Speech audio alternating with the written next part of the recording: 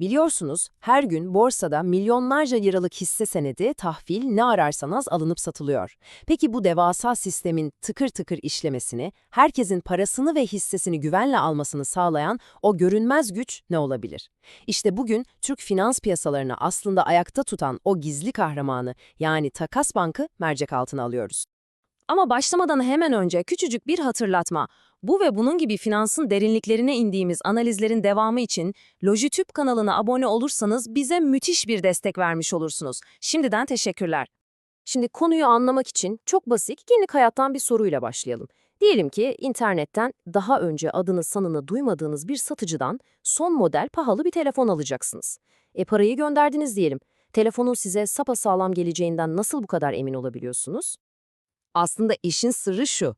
Siz satıcıya falan güvenmiyorsunuz. Siz parayı önce kendi havuzunda tutan, ürünün size ulaştığından emin olduktan sonra parayı satıcıya aktaran o aracı e-ticaret platformuna güveniyorsunuz. İşte bu aracı tüm riski ortadan kaldırıyor. Harika. Şimdi bu mantığı alalım ve finans dünyasına taşıyalım. Her gün milyonlarca yatırımcının işlem yaptığı Türkiye borsasında bu güvenli aracı rolünü kim üstleniyor dersiniz? Cevap çok net. Takas Bank. İşte finansal işlemlerdeki bu ya param giderse ya da ya hissem gelmezse sorununu kökünden çözen, piyasanın adeta gizli garantisi olan kurum tam olarak bu. Tam adıyla İstanbul Takas ve Saklama Bankası Anonim Şirketi, kendisi Borsa İstanbul grubunun çok önemli bir parçası. Bakın, temel görevi şu, yapılan bütün alım-satım işlemlerinin sorunsuz bir şekilde noktalanmasını garanti etmek. Yani o hisse geldi mi, para yattı mı endişesini tamamen ortadan kaldırmak. Takas Bank'ın belki de en kritik görevini anlamak için gelin onu bir futbol maçındaki hakem gibi düşünelim. Yani oyunun kurallara göre oynanmasını sağlayan tamamen tarafsız bir güç. Düşünün, eğer bu hakem olmasaydı, alıcı ve satıcı sahada baş başa kalırdı. Taraflardan biri sözünü tutmazsa, diğeri çok büyük bir riskle karşı karşıya kalırdı.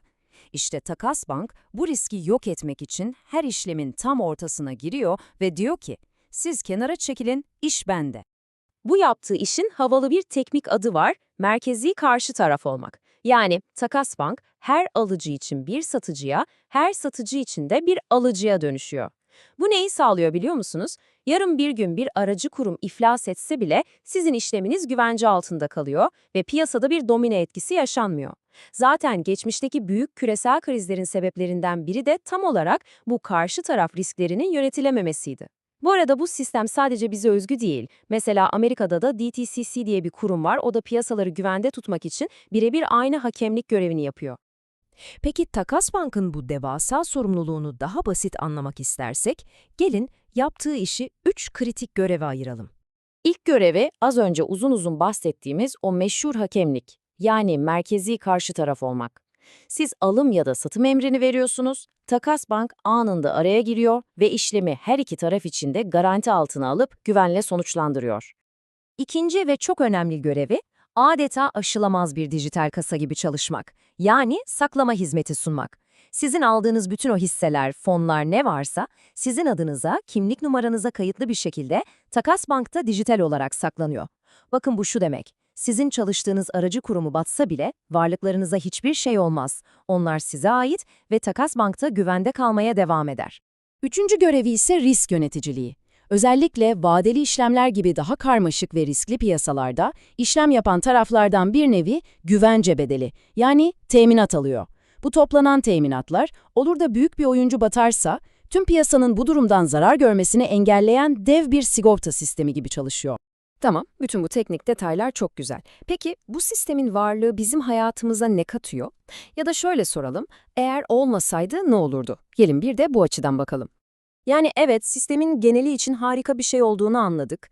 Ama bir tuşa basıp hisse alan sizin için, benim için, yani bizler için bu tam olarak ne anlama geliyor? Birincisi işlem garantisi. Yaptığınız alım-satım işlemi ne olursa olsun mutlaka gerçekleşir, kafanız rahat. İkincisi varlık koruması. Hisseleriniz, fonlarınız sizin adınıza güvendedir. Üçüncüsü piyasa istikrarı. Sistem, büyük şoklara ve krizlere karşı çok daha dayanıklıdır ve son olarak belki de en önemlilerinden biri uluslararası güven. Yabancı yatırımcılar paralarının güvende olduğunu bildikleri için Türkiye piyasasına çok daha rahat sermaye getiriyorlar. Artık sona doğru gelirken Takas Bank'ın rolünü bence en iyi özetleyen o harika metaforu kullanmanın zamanı geldi. O, sistemin görünmez omurgasıdır.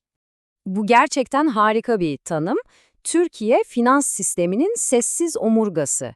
Yani o hep arka planda, sessiz sedasız çalışır ama bütün sistem onun üzerine kuruludur. Varlığını normalde hiç hissetmeyiz ama eğer o bir anlığına yok olsa bütün yapı anında çöker.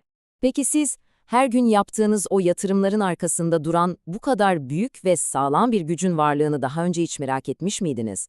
Artık borsada bir alım-satım tuşuna bastığınızda perde arkasında ne kadar güvenli bir mekanizmanın sizin için çalıştığını biliyorsunuz.